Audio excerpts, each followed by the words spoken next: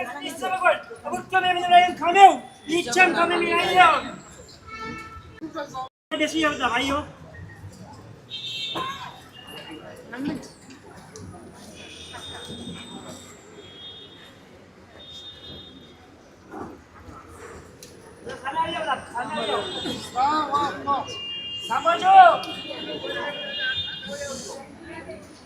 કૃપાળુ પરમાત્માની કૃપાથી અનુભવની અંદર જાણતા કે અજાણતા કંઈક સારું કામ થઈ ગયું.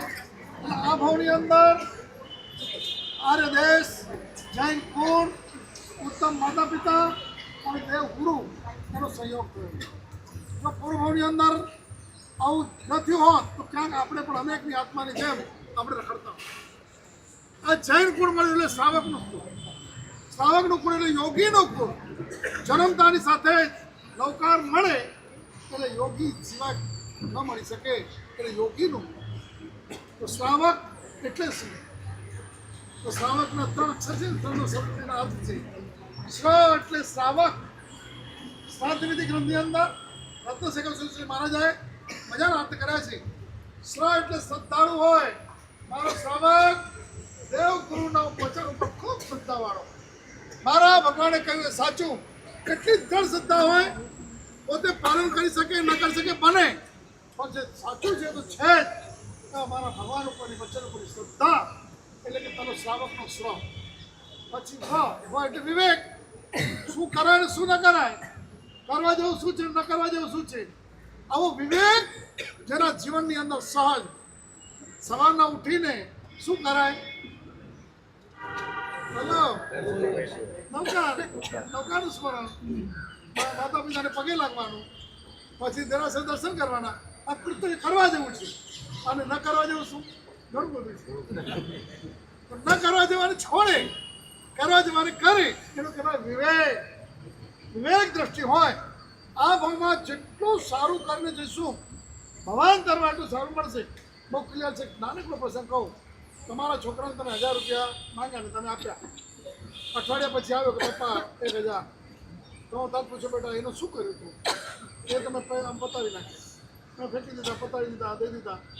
તો ચાલો હવે તમે 1000 આપતા પહેલાં વિચાર કરો કે નહીં. તમે બગાડી નાખ્યા પૈસા મેં તને આપ્યા હતા. બીજા છોકરાએ કીધું કે પપ્પા મેં ગરીબને આપ્યા, દેરાસરમાં લઈ જાઓ, કોઈ ખાવાનું લઈ જાઓ અને કર્યું. તો તમે એનો ઉપયોગ કર્યો, સદુપયોગ બિલકુલ લે. તમે 1000 રૂપિયાની નોટ દુરુપયોગ કરીને આપતા નથી, સદુપયોગ કરીને આપે. મારા ભગવાનનું શાસન જો સદુપયોગ કરશું તો ભવાંતરમાં મળશે. આ ભાવમાં જો દુરુપયોગ કરી લીધો, આજ્ઞાનું પાલન ન કર્યું, જેમ તેમ જીવન જીવી ગયા, ભવાંતરમાં માનવનો ભાવ આર્ય દેશ જૈનપુર મળવા અઘરા છે. 10 દર્શનનું દુર્લભ છે. એટલા માટે જ્ઞાની ભગવાન તો કહે છે કે આ ભાવમાં મળ્યું છે એનો પૂરો ઉપયોગ કરો. કયો ઉપયોગ? સદુપયોગ કરો. તો વિવેક એટલે જો સ એટલે શ્રદ્ધાળુ, વ એટલે ક એટલે શું? ક્રિયા. ક્રિયા સાહેબજી શાસ્ત્રોમાં લખેલા પાઠો બોલે ને, જે આત્મા હણુકર્મી હોય, હણુકર્મી એટલે બહુ નિકટમાં મુક્તગામી હોય, પરમ સુખને પામવાનું હોય, એને ક્રિયા રૂચે. એટલે ક્રિયા રૂચે ગમે નહીં, અણગમો થાય. ક્રિયા કઈ છે? બહુ અઘરી નથી. દર્શન, ભગવાનના પૂજન, નૌકારવાળી, આગળ વધીએ તો સામાયિક, આ બધી ક્રિયા છે. તો એ ક્રિયા પણ ન કરી શકો એ કદાચ બને, પણ જે કરતો હોય ને એના માટે તમારા અંતરમાં હોવા હા બહુ સારું. એમ ના કે શ્રાવિકા એમ કે હાલો આજે સારો દિવસ છે પૂજા કરી આવું, તો તું તારા ભગવાનને પૂજી આવ જા. આવું મારું શ્રાવક ના બોલે. એટલે કે તારી વાત સાચી છે, પૂજા કરવી જોઈએ, પણ મારું ખબર નહીં આજે મન ન થતું. તો એ વસ્તુ સાચી છે એનો સ્વીકાર ઘણું કર્મિતા દેવી. તો બસ તમે શ્રાવકના કુટુંબમાં છો, કુળમાં છો, તો આપણા જીવનમાં શ્રાવક શ્રદ્ધા, વિવેક અને ક્રિયા દ્વારા મળેલ માનવોને સફળ કરજો. સહેલામાં સહેલું ક્રિયાનો પ્રવેશ દ્વાર નૌકાર. નમો હરિહંતાણમ. ખાલી તમે છે ને સવાર, બપોર ને સાંજ, સવારના જાગો ત્યારે 12નો કાર, બપોરના જમતા પહેલાં 12નો કાર, અને સાંજે સૂતા પહેલાં 12નો કાર. યાદ રહે કે ના રહે? તો બસ આટલી અમારે. તમે જો પગલાં કરવા માટે બધાની ભાવના હોય તો અમારે કાંઈક તો ભાવ હોય ને. તમારા ભાવ પૂરા કરો, અમારા ભાવ પૂરા કરો. 12, 12, 12, 3 પેલી તમે ડૉક્ટર દવા આપે છે ખબર છે તો હવે તો છે ને બોક્સ પણ નીકળ્યા છે સવાર બપોર સાંજ સન્ડે મંડે ટ્યુઝડે બધું લખેલું હોય ને એમ તમારે ધ્યાન રાખી લેજો કે બસ સવાર બપોર ને સાંજ શું 12 ચલાવી શ્રીમાસ્તુ સર્વ જગત સાથે ઉભા રહેજો. અહીંયાથી આપણે વાતચીત કરતી આવે હસ્તિપાકરના બંગલે જશું અને ત્યાંથી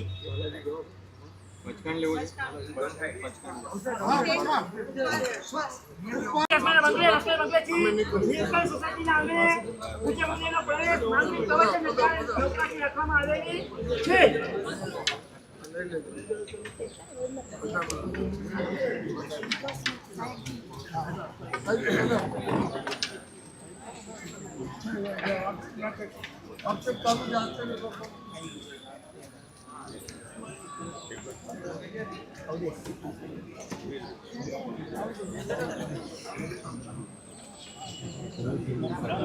ચલો બતાજો. બોલ મારો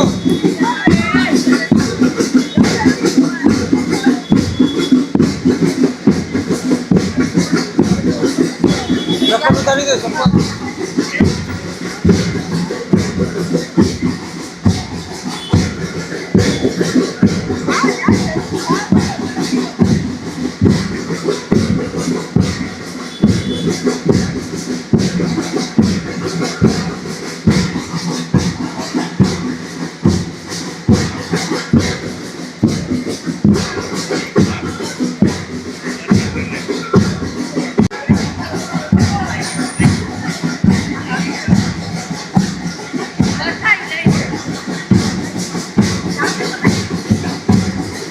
ભાઈ સપના ઉતારી ગયો. ચલો માની સાંભળ્યો.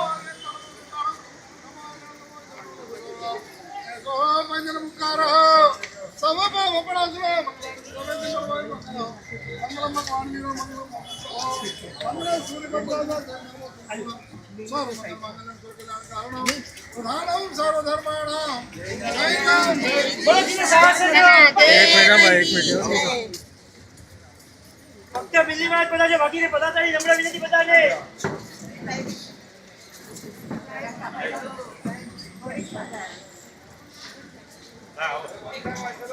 ચલો,